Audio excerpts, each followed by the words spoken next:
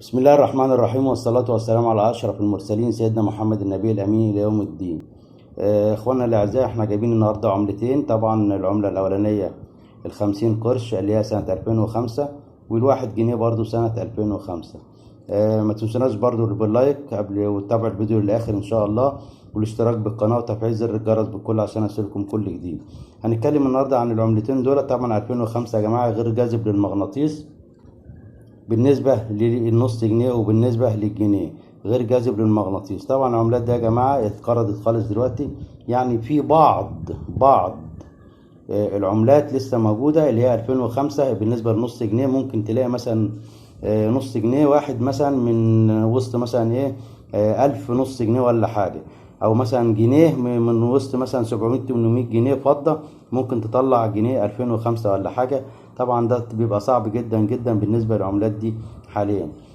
طبعا ما تنسوناش طبعا باللايك الجميل بتاعكم والاشتراك بالقناة وتفعيل زر الجرس بالكل عشان يصلكم كل جديد.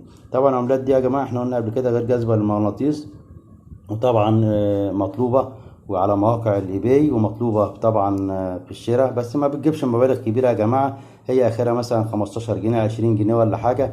طبعا كلام فاضي بالنسبة لهذه العملة، لكن احنا بنقتني العملة ذات نفسها كقيمة معنوية لينا، قيمة معنوية. لكن عشان هتدور ان انت بقى تشتري وتبيع وبتاع والكلام ده، كل ده كلام فاضي وما بيجيبش فلوس ولا بيعمل اي حاجة. يعني اللي يقول لك بقى ب20,000 وب30,000 وب50,000 بالنسبة للعملات ديت يا جماعة، مفيش الكلام دوت.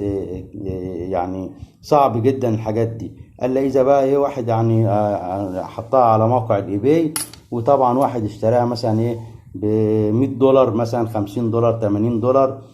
دي بتحصل، بس بتبقى من النوادر يعني يا جماعة بالنسبة لهذه العملات. فضلا وليس امر الاشتراك بالقناة وتفعيل زر الجرس بالكل عشان يصلكم كل جديد. والسلام عليكم ورحمة الله وبركاته، وشكرا للمتابعة حضراتكم.